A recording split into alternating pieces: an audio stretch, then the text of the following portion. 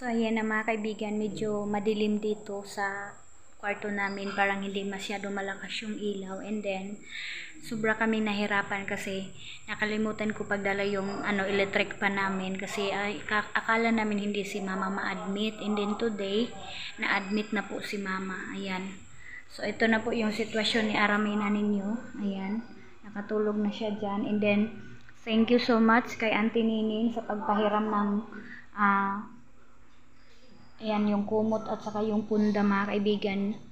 Kaya nakaano na si mama, nakatulog na siya ng maganda ngayon, and then matamlay pa rin siya, and then yung bedsheet nagdala si Dudong Junjun ninyo kanina, pumunta sila dito, and hindi ako naka-update kasi lubat ako mga kaibigan, hindi ko nadala yung charger ko, and ang dami naming gamit dito. Ayan mga bag, nilagyan niya ng mga mga gamit kanina nila Dudong Junjun. So hinaan ko lang yung boses ko mga kaibigan, baka magsabi na naman kayo bakit ang hina ng boses, kasi bawal tayo dito yung bang magingay. So hinaan ko lang yung boses ko. So ito yung update namin in this evening, first evening namin mga kaibigan.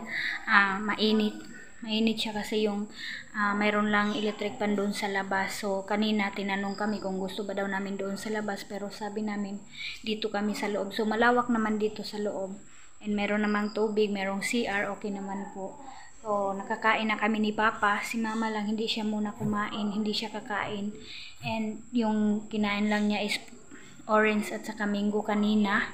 Si King kanina mga kaibigan, bawal pala talaga yung bata, pero sumama si King simula kaninang morning, at saka hapon na po siya nakuha ni Dudong Junjun kasi walang makahatid doon sa bahay nila Uncle Tani, and then kanina kumuha kami ng kumot doon, yung kumot at saka mga pagkain, nagkuha kami doon ng kanin kasi mas mahal na yun mga kaibigan, tag 10 pesos, maliit lang. And then kanina lunch namin ni Papa, fried chicken lang. Fried chicken yung binili ko, and then ngayon yung sinabaw na Bisaya na manok, kaninang lunch pa rin. Akala ko kakain si Mama pero hindi niya nakain. So ayun, kinain na ni Papa, and then ako yung sabaw na lang yung inano ko mga kaibigan para makatipid na kami sa padala ni Ate Maninay, kasi baka po mayroon pang mga medisina na kailangan bilhin bukas. So ayan, so titipirin na lang namin mga kaibigan. So update ko bukas kasi papunta dito sila Ate Hak para makabisita kay Mama. Dadalhin daw nila yung prutas na binigay ng followers ni Ate Hak. So thank you sa mga supporters ni Ate Hak, ang babait din. Thank you po sa support ni Ate Hak. And ayan, bawal kasi dito yung mga pasyente dito mga kaibigan, inuubo, and then meron daw dengue din, merong nagka-dengue 2 days na nga daw, and then yung mga sumasakit yung mga sikmura at saka nagsusuka. So anti-acid yung nireseta kay Mama, so yung dextrose din niya, anti-acid din, anti-poison yata yun mga kaibigan. Siguro na talaga si Mama sa mga kinain niya doon ila Ate Hak kasi sobrang masasarap, kaya nanibago yung katawan ni Mama. So ganun yun talaga mga kaibigan siguro. So kumain din si Mama ng durian, ganun daw po. So ayun, nabidla siguro yung ni Mama, yung mga katawan ni Mama, kaya nagkaganon. Pero okay na namin sila, yung bang nadala agad namin si Mama dito sa hospital mga kaibigan. So ayun si Papa doon sa labas, doon muna siya kasi mainit daw dito sa loob, pero si Mama hindi siya naiinitan. And then ako naghabat na po tayo mga kaibigan, pasensyahan nyo na yung ipin ko. So naghabat na tayo, tapos na po ako, and then si Papa ayaw niya mga kaibigan, nadudumihan si Papa, so ayaw daw niya maghatbat.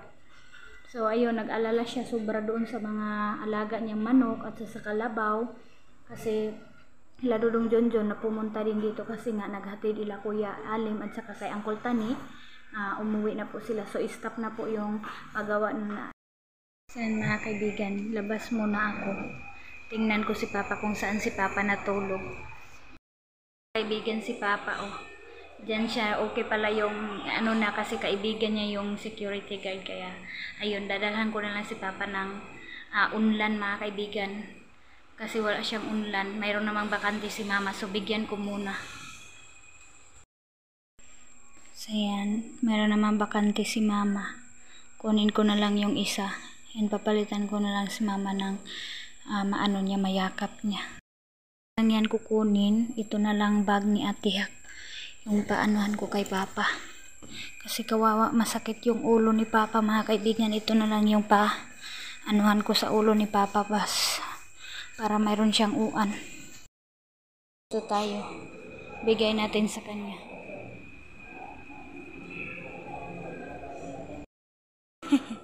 So, ayan na si Papa, mga kaibigan. So, relax siya dyan. Malamig naman dito si Papa. May siya, electric ceiling fan. Ayan, merong TV kung gusto niya manood. So, bye! Na okay na si Bianan. Kakatulog na yun si Papa. So, ito yung sa loob namin. Kasi walang ibang katre. Kasi kulang na mga kaibigan, daming mga pasyente. So, dyan lang ako upo. And, bantayan ko si mama. And, mag-idlip tayo kung maka-idlip ako dyan, ako mga kaibigan. Ganon ko na lang yung upuan ko dyan. Ilapit ko na lang kay mama. Ay, mga kaibigan, good morning. Happy Sunday. Ngayon, try ko lumabas doon. Baka mayroon ng coffee para makakopi si Papa. Bili tayo doon. Ayan mga kaibigan, alas 4 pa ngayon. Lumabas na ako. Bumili ako ng bread para makapihan namin nila Papa. So, mayroon ng open dito. Kabili na tayo. Wala pang pandesal. Hindi pa daw gumising yung mga tagapagluto. Ayan na. Coffee time. Baka mag-coffee din si Mama. Dadalhin na lang natin to doon. Yan dito na. Yan na, mapaghigop, mabasing ganahan ka. So, kaano pa? For today's video, nakahimasa na sa aramina ninyo. Ayan, kinaya na lang ni Mama, pero maano daw yung ulo niya, masakit. Presko na po si Mama. Ito nila. So, ayan, nakabihis na kami and kagabi lang ako naghabbat mga kaibigan. So, ayan na si Mama. Relax na siya. Hi! And si Papa umalis muna mga kaibigan. Mangganap daw siya ng prutas doon na rambutan. Ayun, umalis na. So, mamaya kita-kita kami la Ate Hak. Mamaya mga kaibigan. Ayan, mga kaibigan, meron naghatid sa amin ng ayan, meron na tayong sponsor. Meron na kami mga kaibigan. Kagabi, grabe ang init at saka ang daming lamok. Pero nag-uplosion naman kami. Eating na po si Mama. Yehe. Sa wakas, kumain na siya today. Sabaw. So, ayan mga kaibigan, medyo sumakit yung ulo ko kasi 12 na ako nakatulog kagabi. And then, ayan, thank you so much sa nag-sponsor ng aming stand pan. Meron na kaming hangin dito at saka kay Auntie Nining at saka kay Uncle Tani sa always pagpunta dito, pag-monitor and pagdala ng kanin mga kaibigan. And ayun sila, umuwi na po. So, thank you sa mga taong mababait na nag-assist dito sa amin. So, ayan, tired tayo. And sabi ni Mama, maganda daw yung pakiramdam niya kasi nakahakbat siya mga kaibigan. So, ayan, maganda naman yung tulog niya. Ako dito muna, upo muna tayo. Alam niyo mga kaibigan yung ginawa ko dito ngayon. Shout out pala sa nag-load sa akin. Maraming salamat po sa 300 pesos na load. Ang dami ko pong na-upload. So thank you dahil sa load mo na binigay. Maraming salamat. Nagsasabi siya doon kay Ate Maninay. Si Ate Maninay yung naghingi sa akin ng number. Meron daw bigay sa akin ng load kasi kahapon panay kontak si Ate Maninay sa akin. Wala din akong load. Kaya ayun, sabi ni Ate Maninay meron magbibigay sa iyo ng load. So maraming salamat. Nagamit ko po na maka-upload ako and then maka-update ako sa inyo kung ano yan yung pangyayari namin. So ito yung second update na namin today. Mangalawang day na namin dito ngayon. So ito yung update namin mga kaibigan. Sana maka-uwi na kami. So thank you sa lahat ng mga followers ni Ate Maninay, sa followers ko, sa followers ni Ate Hak. Maraming salamat sa mga prayers and then sa mga care and then sa mga gandang mga mensahe. So maraming salamat sa inyo. monitoring pa rin si Aramina ninyo mga kaibigan. So update ko na lang sa inyo kung ano yung mga naano kay mama. Malalaman natin yan pag maano na niya, kung mag-out na siya mga kaibigan. Labas muna tayo mga kaibigan kasi kukunin ko yung binilhan ko ng ulam. Walang sinsilyo kasi yung may-ari, kaya babalikan ko today. Ayan, alas 8 na ngayon. Grabe ang ganda ng init. So lakad-lakad muna ako. Yung malayo-layo yung lalakaran ko. Ayan, sumasakit daw naman yung ulo ni mama. Update natin today yung ano niya, latest update niya sa karamdaman niya mga kaibigan. Hindi na siya nagsusuka.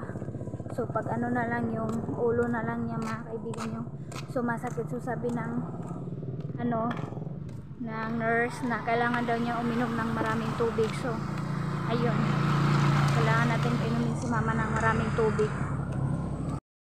So yan, dito ako bumili kaninang umaga para maulam ni mama. So nakakain na siya. Yan, grabe ang init sa lapad. So malapit na yun sila Atihak. Darat makaabot. Mga kaibigan, nilinisan ko na yung CR namin dito. Winalisan ko kasi maraming balas. Ayan. So si Ima, naghatid na naman si Uncle Tani mga kaibigan ng thermos. Ayan, si Uncle Tani. And then binilhan ko si mama ng apple. Ayan. Yan, mayroon na dito mga kaibigan. Ito na. Hindi daw yan pwede anuhan. Hindi yan pwede open. So ayan na si mama. Binugkot ko na yung hair ni mama kasi sobrang ni mama. Gusang na si Aramina ninyo kaya sinuklay ko.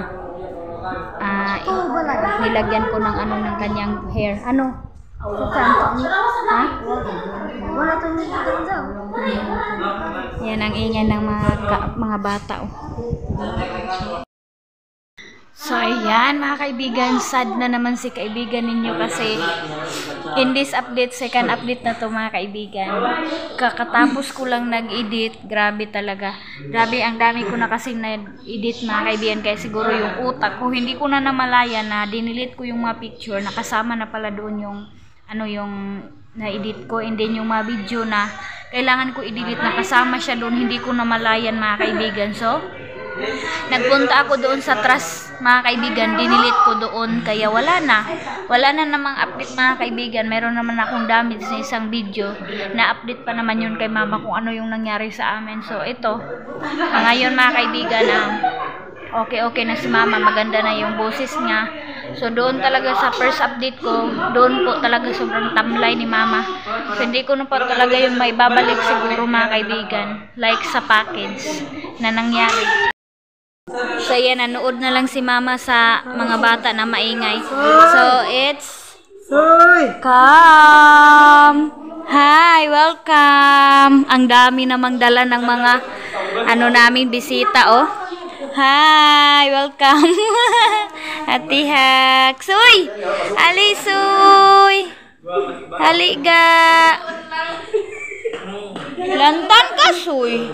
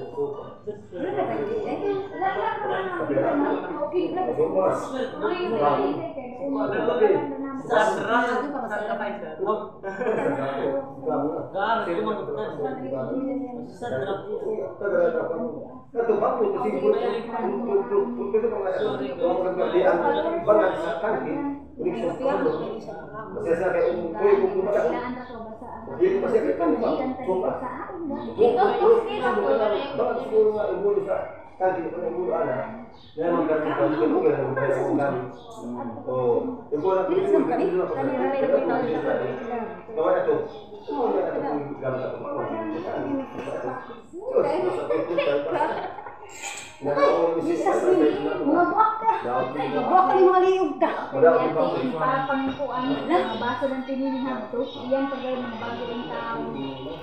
May sampo bako ng tao ng ban. Wala, kakain ka o. Basahan ako ng basan. Nasubrahan si Durian. Ito kaligo, aircon ka mga ito. Kasi kami di aircon. Ano mo lagi ini? Hindi ako aircon. Oo, aircon. Magawas niya. Magawas kami kag-grocery gabi ka init. Pag-uli, pagkagabi, gabi sila sa aircon. Mga ni, pagkabot dito, pinagkagabi dito. Sige rin doon. You're Gawas here. ini, biyahe sa pato. Sumawal siya. Ano labas na alay mo? Labas na Oo, alay. aw pa na mo Durian. Sabing tao niya, yung marito. Kasi tulog agad. Durian. Grabing acid. Dito. Wala pila kasi. Balik natin. Bawal labkan. Sounds mandaining ba? Ito na mga kaibigan yung dala nila Ate Hack, yung binigay ng followers ni Ate Hack. Thank you. Makakain na kami. Yehey. At saka yung blender. Pagkain oh. Nagluto sila Ate Hack. Grabing dala nila. Oh. Ayan. Ang dami nito sa wakas. Nagsimba pa si Dudong Junjun mga kaibigan doon sa Agtangon. Huy, ginuukot eh. Oo, in town. Ayan, prepare na sa aming lunch. Yan, ang hiram na si Dudong Tutot ng misa. Ngayon pa lang kami nakamisa mga kaibigan. Ayan, ayan na yung mga baso. Cup noodles kay Papa yan mga kaibigan. Hindi yan kay Mama. Ngayon, dito na. Yan. Hindi pa nakarating sila Dudong Junjun kasi nagsimba pa yun. So ngayon kay Suy Suy. Nayayay si Suy Suy mga kaibigan. Nilagnat. Ayan na. Mga pagkain. Ang bango ng pagkain. Yan yung paganda ni Mama. Bigay na ni Ate Hack.